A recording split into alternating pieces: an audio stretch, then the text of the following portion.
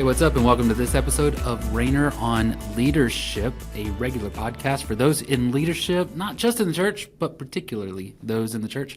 My name is Josh. My name is Sam, and I'm sad. Well, I was about to say, how can you possibly be sad? It's about to be football kickoff, but you've got a good reason. Yeah, my dog of 17 years, she passed away. So, and you know, I guess people that listen, they listen, and we get a little personal here. I miss my puppy dog. I miss Lucy, but she was a great dog. Another one? So that's a point of contention in my house. I really don't want to talk about that. I don't know what's going on in y'all's house. I have told my wife definitively the dog we have is the last dog we will ever have. That's the end of this whole thing.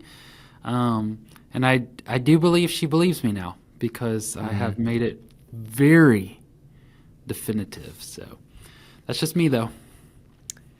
Yeah, I'm with your wife on this one. Sorry. And I guess I'm with Aaron. Yeah. So, yeah, we've had 5 or 6 in our marriage, and it's good, you know, it's something she wants. So Lucy was the only one. We'd been married 2 years. She was with us 17 years. She's the only one. That's incredible. Yeah. Yeah. Well, we're going to be talking about scaring people away from church, which, you know, don't get scared away from this podcast. Yeah, please stick around. But we want you to stick around because we've got some good content, but we also want you to go check out Smart Church Solutions. If you're looking for a better way to manage your church or school facilities, eSpace is the leading facility management software built specifically for churches and nonprofits. You need to go check this out. It helps you schedule events, manage work orders, track assets. Everything is in one place. It's brilliant. It works. You'll save money. You'll save time. You can automate stuff like your HVAC and doors. If you're tired of spreadsheets, and you and I were just talking about this, about another idea for an episode of, like, you know, event request forms and all these things and rooms. And guess what? Yeah. eSpace. That's eSpace will do that. And, you know, Josh and I'll have to write that episode because the sponsor would fit right into it. So how do you go check them out? smartchurchsolutions.com/Rainer. smartchurchsolutions.com/Rainer. Link in the show notes. And I know they'd appreciate it if you gave them a call or shot them an email because they can help you. That's right. All right. So, Josh King, Doctrine does not scare people away from church. Which is kind of surprising. Expectations and high standards do not scare people away from church. This is what research shows. We did a massive research project, interviewed over 600 people nationwide. Here's what we found. According to our own research, Church Answers research, over 60% of unchurched people agree or strongly agree that it's the confusion factor that pushes them away. And it's the same for churchgoers, too. It's not that they're scared of your doctrine. They may not agree with you on everything, but it doesn't scare them away. It's not that high expectations scare them away. Most people who are, like, wanting to be a part of something kind of expect high expectations. Yeah. It's the fact that they're like, I don't know what's going on. I'm confused. And when people are confused, it lowers their trust and raises their doubts. What say you? Yeah. Well, I mean, it's kind of surprising. A lot of people would assume, I think. It's not surprising to you and I. It's not surprising to anybody that's been a church leader. And I'm going to go ahead and put a caveat on this. Anybody that's been a successful church leader, this isn't surprising. Clarity is kindness. That's something that you say quite a bit. It's something that is true. I think a lot of people would think, well, they don't like our doctrines, so people aren't coming to our church for our doctrines. People assume you have doctrines. They kind of think churches have doctrines, and I know that it's becoming more and more it's less of a thing for people to have their denomination on their church name or their church signs. However, even most non-denominational churches believe essentially the same thing. So this whole idea of the doctrines falling away is not a problem. Expectations are not a scary thing to them. I agree with you because people kind of assume that you have some expectations on them. Now, I think most people think, like, if I go in there, I'll be a better person. I'm talking a totally Christian ignorant person, like a person who doesn't really understand the doctrine. They're like, yeah, I'll go in there. They have some stuff they want me to do. I'll kind of not do most of it, but God will like me because I'm a part of the church. So those aren't the deal. What's weird is this whole confusing thing feels very cultic. I say that in a bad way, not like religiously cultic, but like it's just like it's weird. I don't understand, and so we've got a couple of ideas on here on how to, clarify some things and how we should clarify them. Is this like the Cracker Barrel thing?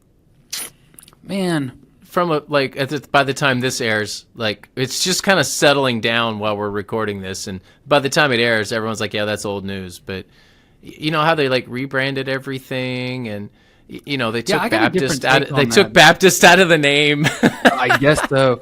Yeah, I would love to do a podcast on that because there's really multiple layers to it. There's a marketing aspect to it, but then there's just this cultural sensitivity to change and how change is done.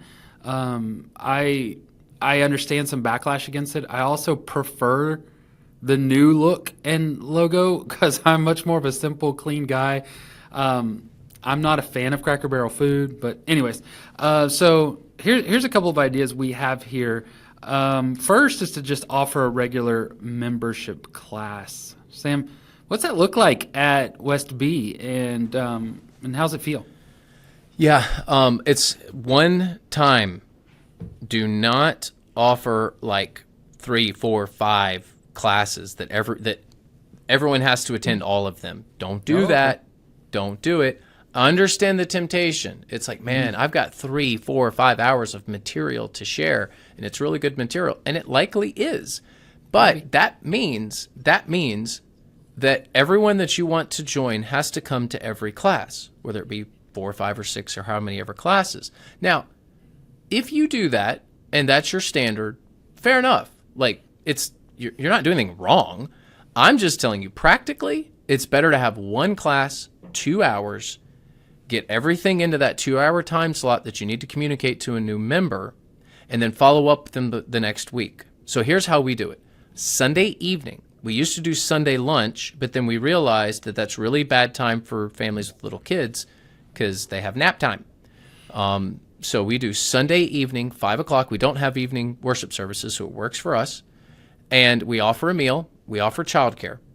You come from 5 to 7. You hear about our doctrine. You hear about our expectations, and just a little bit about all the fun stuff that we do as a church. But we hit those high points, very quickly, and we let people know up front, this is what we believe, this is what we expect. And there's not a whole lot of other fluff in the membership class. We get their information and ask, kind of where they are. Hey, I'm just interested, not ready to join, but I am, or I am ready to join. But we get all their information, and then we call them the next week. So this is a Sunday, Sunday's the start of the week, but I always think of Sunday as the last day of the week. That's the way I have my calendar set up. Yeah. But I know it's not. I get that. For me, my week leads up to Sunday, so it's kind of like the finale. I think of Sunday as the finale. So, but Monday, Tuesday, Wednesday, we're calling everybody and just saying, okay, here's, you took the class, you filled out the form, you put this information on there. For us being Baptists, have you been baptized? What's your church background? Do you have any questions, any doctrinal issues that you just didn't want to bring up at the class? So we work through all of that. So there is a one-on-one interview, there is a class, there's follow-up, and then obviously if they want to, we don't immediately have people serve. We make them wait, but if they want to start serving kidsmen, there's background checks and all that stuff too. But that's our process. It's very streamlined. Mm-hmm. It's basically a class and follow-up and an interview, a one-on-one interview. I don't know. What's yours like? It's not too terribly different. Now, we do a brunch. So we have a 9:30 worship service and then an 11 o'clock small group hour. And so at the small group hour in our fellowship center, we set it up like a brunch, and works so great for us because they don't have to come back. They went to worship service. Even if they went to worship service for the first time at 9:30, we leave some spots open. They can just walk straight over and come into the brunch. Every table, it's round tables. All the tables are set up with table host. Those are people who are part of our church, and they're there to greet, small talk, do all that kind of stuff. Then we do a presentation. The presentation is sort of different. I break it down. Like if you imagine a normal information card, the top is like your basic, your name, your address, your family's information, name of kids, that kind of stuff. So what I did was I broke it all apart, and so I'll stand up and go, hey, my name's Josh. Let me tell you a little bit about myself. I'm the pastor. And then we'll say, fill out that first box there and tell us a little bit about you. And so it's their name and their address, right? And then my wife will say, she'll be like, this is a little bit about our family and some things unique about our family. And then we'll say, fill out that next box there. That tells us a little bit about your family. And so everything breaks down. And so there's a part where I'm like, hey, here's some distinctives about our church. We're a Baptist church. This is what our campus is like. This is how old we are. And then we'll pause. We're going to pause for just a second for you to fill out that third box. That third box tells us about your church background.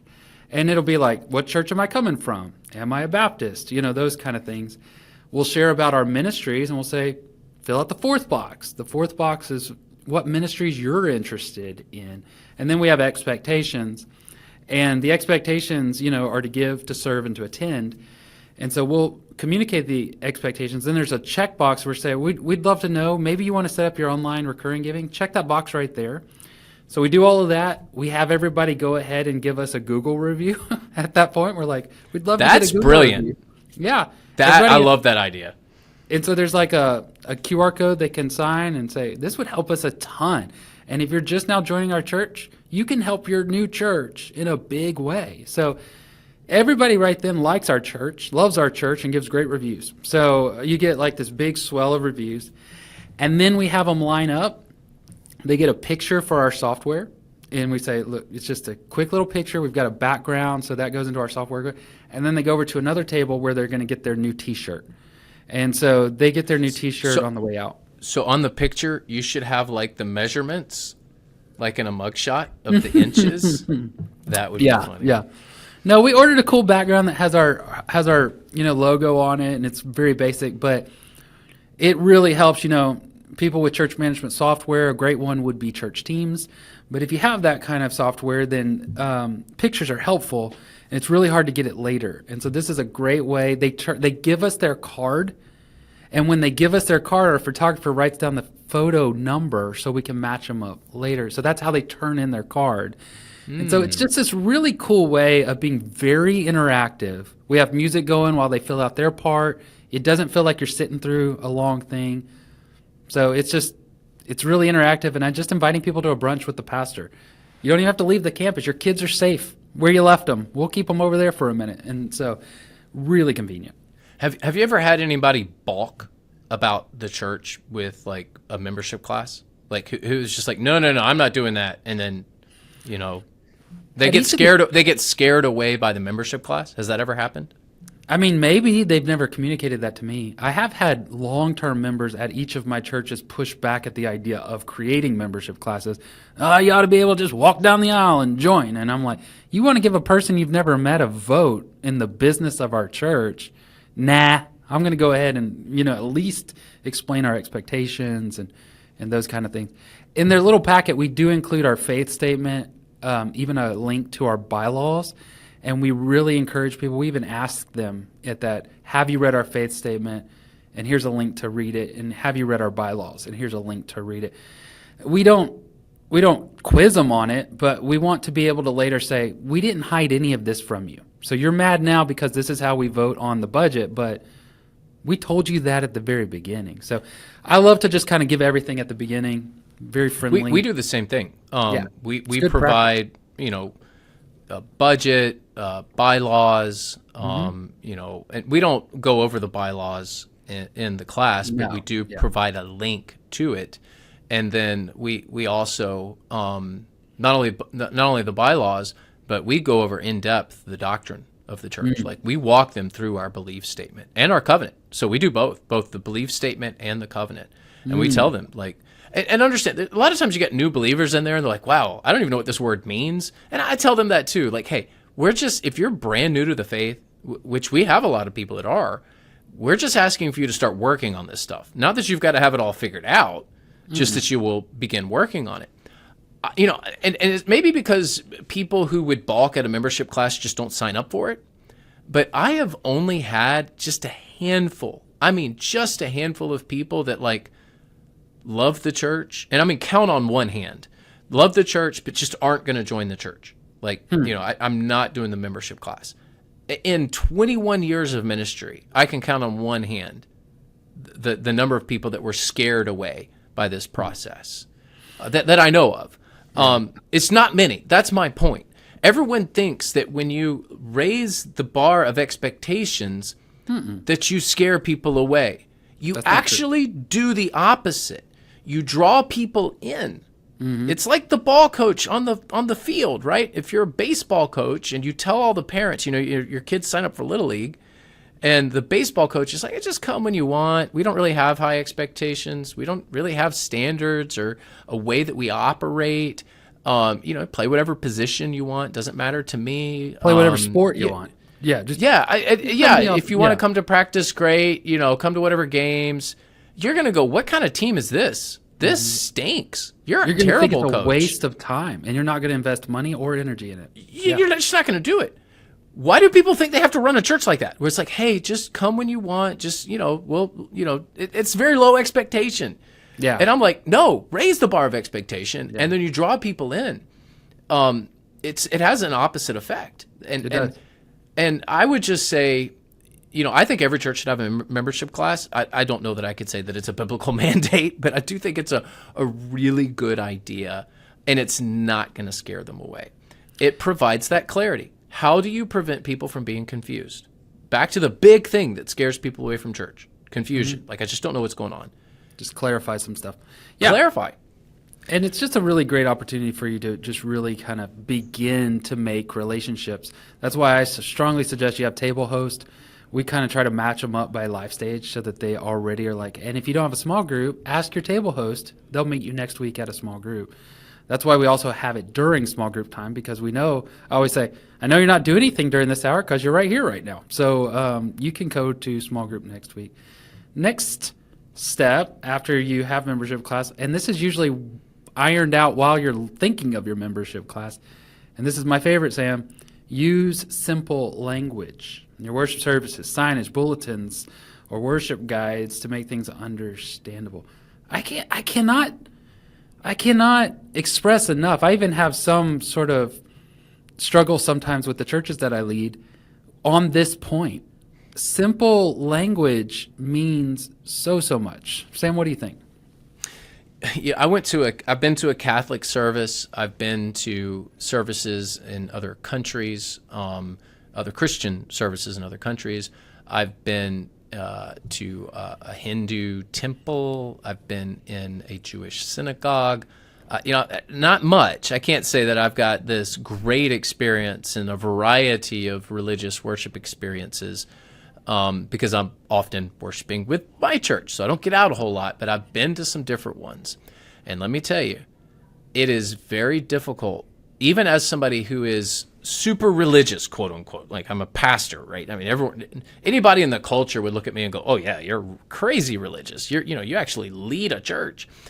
Man, I walk into a place and they're like talking a language I don't understand, even though it may be English. And I'm like, I don't get this. I get uncomfortable. And if anybody should be comfortable in any religious service, it should be me, right?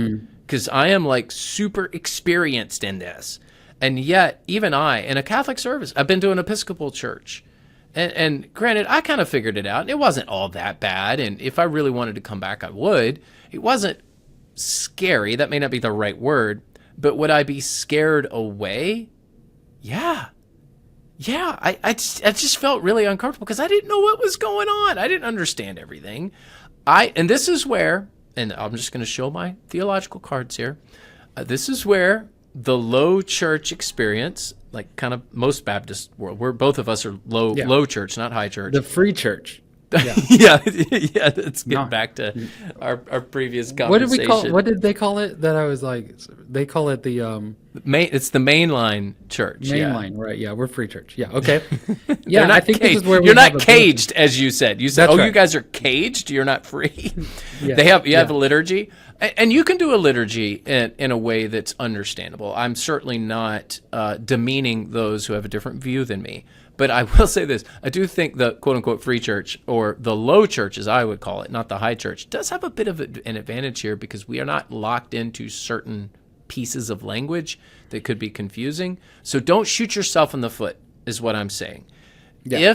Even if you're high church and you have a liturgy and you have some things that may not be quite understandable to new people, explain it. Honestly, probably a lot of your regulars don't get it either. They're just used to it. So I think this is so key to breaking down those barriers. Confusion is a killer, and it's a killer for people coming back. Yeah, I'm not sure that I would be scared. I would be frustrated, and it would push me away. I've been into my classic story on this was I was interviewing at a church to pastor. I was there on their campus, and there's signage everywhere, which is supposed to direct guests. Like your directional signage in your church doesn't direct the members; they already know where they're going. And so they kept saying ABSF, and said, "So our ABSF are this way." And then all the signs said ABSF, and they handed me like a worship guide.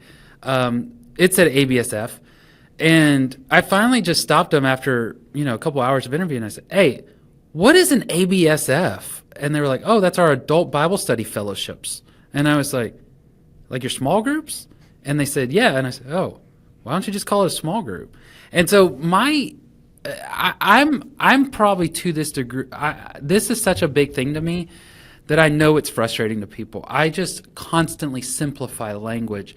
And in churches, we not only have, like my example there, adult Bible study fellowships, these difficult kind of cutesy words that we call things, but then we even shorten it to where ABSF is what you're saying to people. Like, "Hey, welcome to church. Would you like to go to an ABSF?" What is an ABSF? It doesn't mean anything to anybody. And I understand there's some level at which we just have to define certain words like propitiation or redemption, and we have to. And those words cannot be, but there's a lot that we do that we don't have to call it these weird things. One of the things we recently were struggling with was the fellowship center, all right? Fellowship's not a word that you use outside of the church, and even inside of the Baptist church, fellowship means food. And our fellowship center does a whole lot more than meals. And so You mean the food court? The church has a food court? the church has a food room where we eat food. And so it's The food it's room. just one of those kind of things that like we don't think about, but just try to look through your, we call it a worship guide here. Because that makes a little bit more sense to us than bulletin, because bulletins, like the bulletin board, there's very few people that even know what a bulletin board is and how that paper got from that idea. And so we try to simplify things. Financial giving instead of tithes and offerings. Our financial generosity boxes in the lobby say financial generosity. They don't say tithes and offerings because non-church people don't know what tithes and offerings mean. So it's just a thing to where you want to try to simplify the language because it's built for outsiders to be able to come in. Yeah, and I think that to this last point here, I think a regular communication audit is a good idea. And go through all of your printed publications, go through all of your digital media, social media, church newsletter, whatever it is, go through signage, physical signage, anything that communicates in your church, even if you have a voicemail. Just do an audit and walk through all of those things. And every time you encounter something that communicates, ask the question, would somebody who is totally unchurched understand this? Now, they're not going to like an unbeliever, unchurched person isn't going to understand everything because it's a church. They're not used to the church. I get that. I totally get that. There is no possible way that you can structure a church with the unchurched, to appease everything about the unchurched, right? Because another theological, perspective here, I think the church is for the gathering of the saints. I don't like the language, church is for the unchurched. It doesn't even make sense to me. Right. But you should always create things in your church, programming, worship experiences, communication, whatever communication mechanisms you have, with the idea that the unchurched are going to be reading this at some point. New people who are completely, detached from the faith, completely detached from your church, are at some point going to be engaging these things, and they need to be able to understand them. So I think a regular audit, once a year, whatever, it doesn't have to be every month, of course, but once a year, just go through all of your communication, whatever communication mechanisms you have, and ask the question, would somebody who has no understanding of our church actually understand what we're saying? Yeah, it's so very true. And I think, even an audit of like where things are. How do you, I always just drive on the campus when I first start leading a church and like, would I know pulling in right here where to go? Would I know what my next step is? Okay, so I found the guest parking spot. Now I look up which of the 7 doors I can see are the one I'm supposed to go through, that kind of thing. And then our language is important.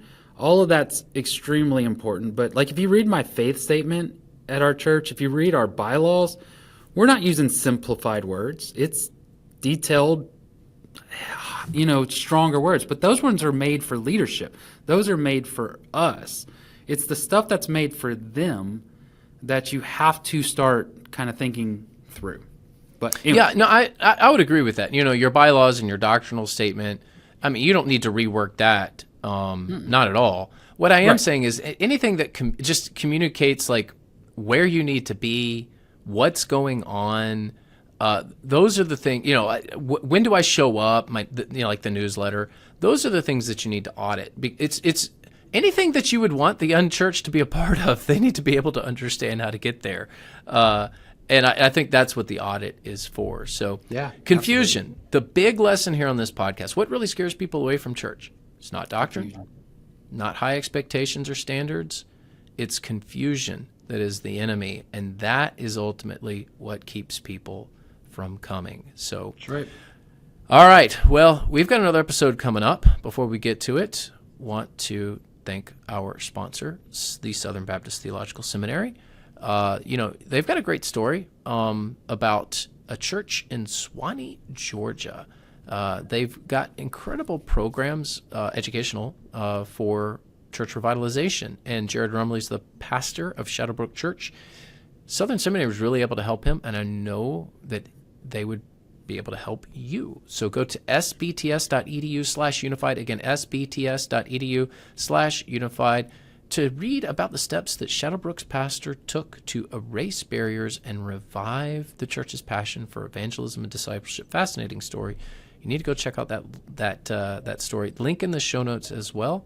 And want to thank our sponsor, Southern Seminary. Yeah, thanks so much, Southern. Thank you, listener. And we will catch you next.